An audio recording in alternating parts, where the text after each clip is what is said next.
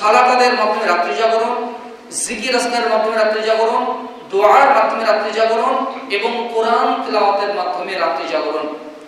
মা আয়েশা সিদ্দিকা রাদিয়াল্লাহু আনহা বলেন, কানা রাসূলুল্লাহ সাল্লাল্লাহু আলাইহি সাল্লাম ইযা দাখালা আল-আশরুল আওয়াখির শাদ্দা মিজারাহু ওয়া আহইয়া লাইলাহু ওয়া আয়কাযা আহলাহু।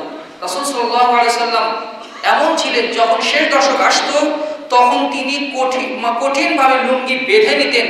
এর অর্থ হচ্ছে তিনি তার স্ত্রীদের কাছে যেতেন না, অথবা শক্তি বৃদ্ধির জন্য তিনি লুঙ্গিকে বেঁধে নিতেন। আহিয়া লাইলাহু, নিজে রাত্রি জাগরণ করতেন এবং তার পরিবারকেও জাগাতেন, স্ত্রীকে জাগাতেন, সন্তানকে জাগাতেন। শুধু নিজেই ইবাদতবন্দি করেন না, অনেক গাফিল পিতা আছেন নিজে সবই করেন কিন্তু সন্তানকে তাগিদ দেন না। যা সামনের এই 10 দিনের মধ্যেই লাইলাতুল কদরটা আসবে। ওয়া মা আদরাকা মা লাইলাতুল কদর। এই কদর শব্দটা কি, এটার আরেকটু ব্যাখ্যা বলি। কদর শব্দের কয়েকটি অর্থ আছে। একটা হচ্ছে কদর মানে মহিমান্বিত, কদর মানে মর্যাদা, কদর মানে হচ্ছে তাকদীর। আল্লাহ তাআলা এই রাতে বান্দার 1 বছরের তাকদীর নির্ধারণ করেন, আগামী 1 বছরের তাকদীর নির্ধারণ করেন। ফিহা ইউফরাকু কুল্লু আমরিন হাকিম। আগামী 1 বছরের তাকদীরের হিসাব নিকাশ আল্লাহ তাআলা ফেরেশতাদের হাতে অর্পণ করেন, যা এই রাতে স্থিরীকৃত হয়। আল্লাহ তাআলা বলেন, ওয়া মা আদরাকা মা লাইলাতুল কদর। হে নবী, আপনি কি জানেন লাইলাতুল কদর কি? এই পোস্টের মধ্যেই এই রাতের মর্যাদা ফুটিয়ে তোলা হয়েছে। আমি বাসাতে একটা টাইলস লাগিয়েছি, দেখতে সাদামাটা, মানুষ সাদামাটাই মনে করছে।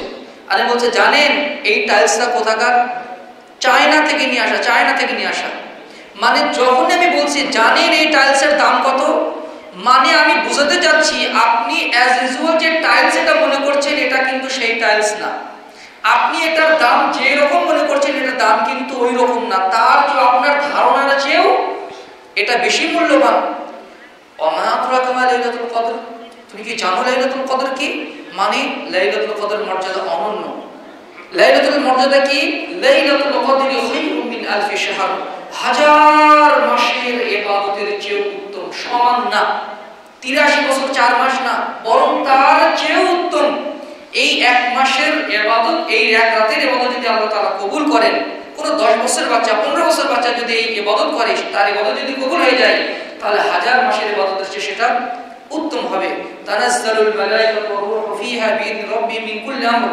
ফেরেশতা জিবরিল ফেরেশতাদের, অন্যান্য ফেরেশতাদেরকে নিয়ে, লক্ষ কোটি ফেরেশতাদেরকে নিয়ে আল্লাহর নির্দেশ ক্রমে জমিনে অবতরণ করেন। সালামুন হিয়া হাত্তা মাতলাইল ফাজর।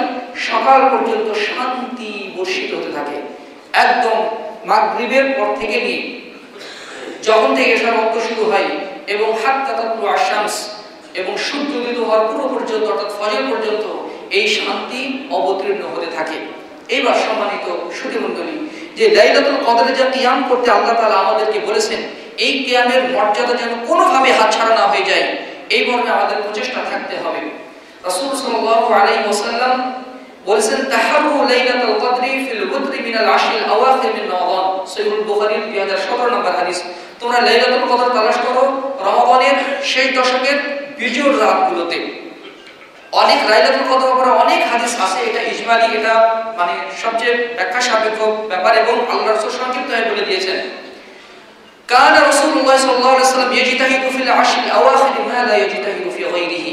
রাসূল সাল্লাল্লাহু আলাইহি ওয়াসাল্লাম শেষ দশকের যত কঠিনভাবে ইবাদতবন্দি করতেন, বছরের অন্যান্য দিনগুলোতে এত কঠোর পরিশ্রম আল্লাহ রাসূল করতেন না।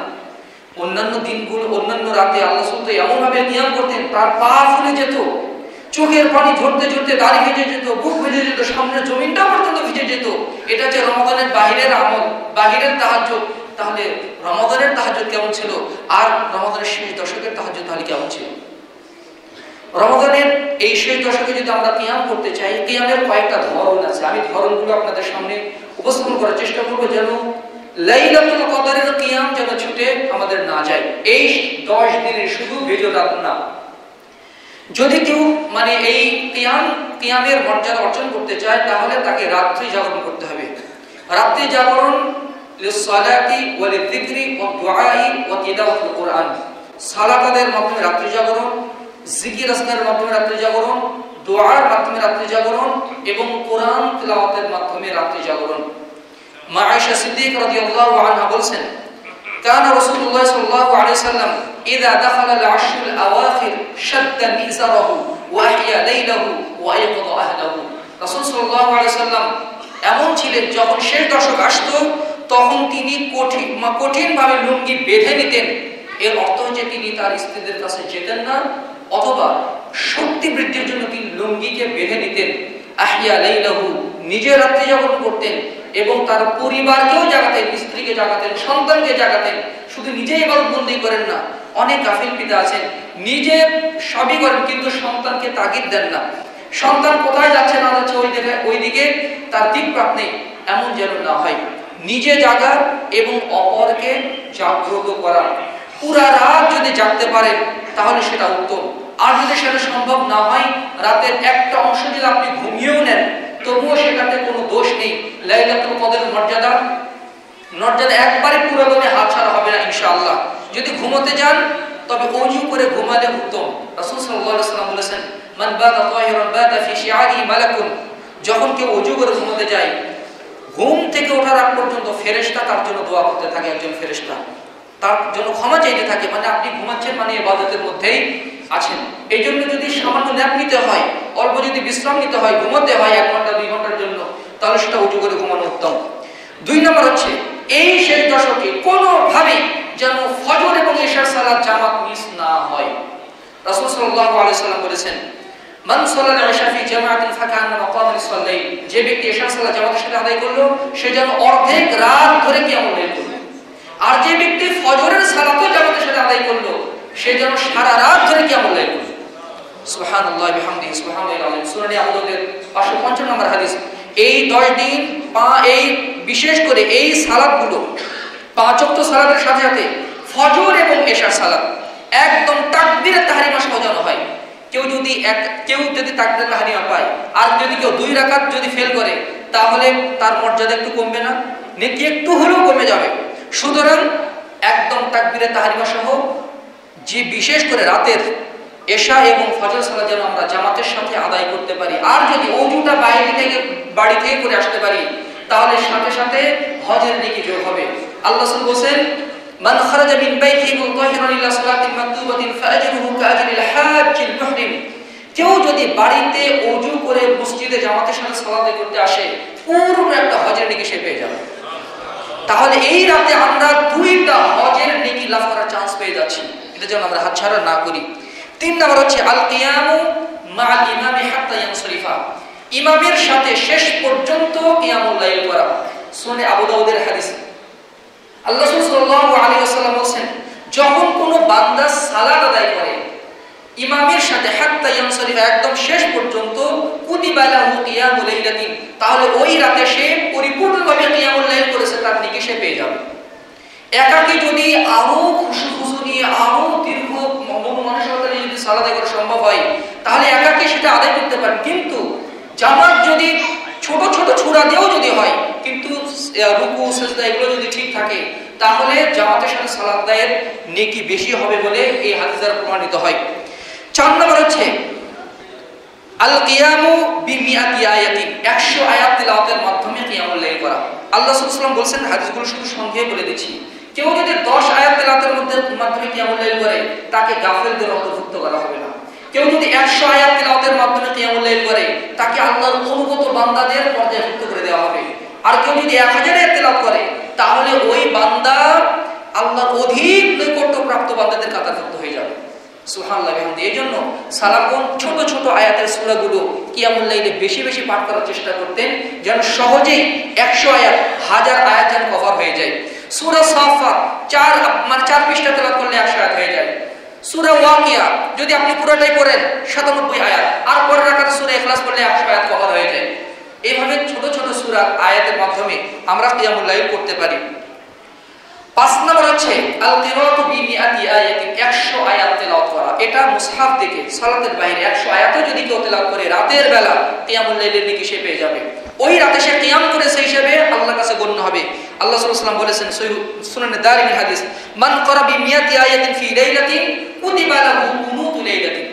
যে ব্যক্তি 100 আয়াত তেলাওয়াত করবে ওই বান্দা রাতে তাহাজ্জুদ পড়েছে বলে গণ্য হবে, তার জন্য তাহাজ্জুদের নেকি লিখে দেওয়া হবে। সুবহানাল্লাহি ওয়া বিহামদিহি সুবহানাল্লাহিল আযীম। মুসহাফ থেকে যদি আপনি সূরা মানে কি বলে সূরা মুলক যদি তিনবার পাঠ করেন, তার সাথে আরেকটা সূরা পাঠ করে নিলেন, 100 আয়াত হয়ে গেল। অর্থাৎ রাতে যে আমরা তেলাওয়াত করব সেটা যেন 100 আয়াত ক্রস করে। 6 নম্বর হচ্ছে কেউ যদি রাতের বেলা সূরা বাকারার শেষ 2 আয়াত তেলাওয়াত করে, ওই বান্দা রাতে কিয়াম করেছে বলে আমলনামায় লিপিবদ্ধ করা হবে। মান ক্বারা আল আয়াতাইনি মিন আখির সূরাতিল বাকারা ফি লাইলাতিন কাফাতাহু, কেউ যদি সূরা বাকারার শেষ 2 আয়াত তেলাওয়াত করে রাতের বেলা, তাহলে তার জন্য যথেষ্ট হয়ে যাবে। আবু মাসউদ রাদিয়াল্লাহু আনহু বলেন কিয়ামুল লাইলের নেকি লাভ করার জন্য যথেষ্ট হয়ে যাবে। সুবহানাল্লাহি বিহামদিহি সুবহানাল্লাহিল আযীম। 7 নম্বর হচ্ছে দোয়া পড়া, দোয়া করা। আল্লাহুম্মা ইন্নাকা আফুউন তুহিব্বুল আফওয়া ফাআফু আন্নী। আয়েশা সিদ্দিকা রাদিয়াল্লাহু আনহা বলেছিলেন, হে আল্লাহ রাসূল, আমি লাইলাতুল কদরে কোন দোয়া করব? আল্লাহ রাসূল এই দোয়া শিক্ষা দিয়েছেন, আল্লাহুম্মা ইন্নাকা আফুউন, হে আল্লাহ তুমি ক্ষমাশীল, তুহিব্বুল আফওয়া ক্ষমা করতে পছন্দ করো, ফাআফু আন্নী সুতরাং আমাকে ক্ষমা করো। এই আফুন হচ্ছে সাধারণ ক্ষমার চেয়ে ভিন্ন, মানে যারা মানে এই ব্যাকরণগত দিক থেকে এবং মানে শব্দগত দিক থেকে এর কিছু পার্থক্য রয়েছে। যেমন পরীক্ষার খাতায় একটা ছাত্র একটা লিখলো, লেখার পর ওটা কেটে দিয়েছে, কেটে দেওয়ার পরে আবার নতুন করে লিখেছে, মানে তিনি পরীক্ষককে বোঝাতে যাচ্ছেন আমি প্রথমে যেটা লিখেছিলাম সেটা কেটে দিয়েছি, এটা আপনি নেবেন না, আমি যেটা ফ্রেশ ভাবে লিখেছি আপনি সেটা নেবেন। অর্থাৎ কাগজ যদি আল্লাহ ক্ষমা করেন, তার আমলনামাতে তার একটা প্রভাব থেকে যায় যে কেটে দেওয়া হয়, মানে এগুলো পাপ করেছিল এগুলো ক্ষমা করে দেওয়া হয়েছে। আর আফুন যেটা, সেটা হচ্ছে একদম আমলনামা থেকে নিশ্চিহ্ন করে দেওয়া হয়। আল্লাহ তাআলা এইভাবে ক্ষমা করতে পছন্দ করেন, আর এই দোয়ার মাধ্যমে ওই ক্ষমাটাই আল্লাহর কাছে চাওয়া হয়। 8 নম্বর হচ্ছে কেউ যদি প্রবল ইচ্ছা থাকা সত্ত্বেও যদি তার রাতের ইবাদতটা যদি ছুটে যায়, যে এমন হলো যে স্ত্রীকে নিয়ে হসপিটালে যেতে হলো, সন্তানকে নিয়ে কোথাও যেতে হলো, এমন একটা ইমার্জেন্সি কারণে তার রাতের ইবাদতটা ছুটে গেছে, তাই সেও যেন কিয়ামুল লাইলের নেকি থেকে যেন বঞ্চিত না হয়, সেই ব্যবস্থাও রাসূল সাল্লাল্লাহু আলাইহি ওয়াসাল্লাম আমাদের জন্য করেছেন। মান নামা আন হিজবি আও শাইইন মিনহু ফাকরাহু মা বাইনা সালাতিল ফাজরি ওয়া সালাতিজ যুহরি কুতিবা লাহু কাআন্নামা করাহু মিনাল লাইল। কেউ যদি রাতের কোনো অংশ যেটা নিয়মিত করত ঘুমে গেছে অথবা বাকি থেকে গেছে, সে যদি পরের দিন ফজরের পরে জোহরের আগে যদি ওই আমলটা করে ফেলে, ওই সালাতটা আদায় করে ফেলে, তাহলে ওই ব্যক্তি যেন রাতের বেলায় কিয়াম করেছে। কোনো ইমার্জেন্সি কারণে যদি কিয়ামটা মিস হয়ে যায়, তাহলে ফজরের পরে চাষতের সালাতের সময় যদি কেউ কিয়াম করে, তাহলে তার জন্য আল্লাহ তাআলা কিয়ামুল লাইলের নেকি দান করবেন। আর কেউ যদি ঘুমিয়ে যায়, প্রবল ইচ্ছা আছে দেশের সাথে তাহাজ্জুদ করব, কিন্তু সে যদি মানে ফাগালামাতু আইনাহু একদম ঘুম এমন বেশি হয়ে গেছে, হাত্তা আসবাহা সকাল করে ফেলেছে, আল্লাহ তাআলা বলেন কুতিবা লাহু মানে কুতিবা লাহু মা নাওয়া, সে যার নেকি যার নিয়ত করেছিল ওটা আল্লাহ তাআলা লিখে দিবেন। ওয়া কানা নাওমু সাদাকাতান আলাইহি মির রাব্বি আযজা ওয়া জাল, আর তার ঘুমটা আল্লাহর পক্ষ থেকে সাদকা হিসেবে গণ্য হবে।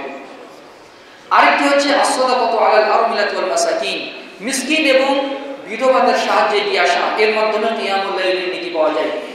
সহিহুল বুখারীর হাদিস, রাসূল সাল্লাল্লাহু আলাইহি ওয়াসাল্লাম বলেছেন as-সাই আলাল খিদমাতি ওয়াল আরমিলাতি ওয়াল মাসাকিন কাল মুজাহিদি ফি সাবিলিল্লাহ আও আল কায়িম লাইলা সাইমিন নাহার।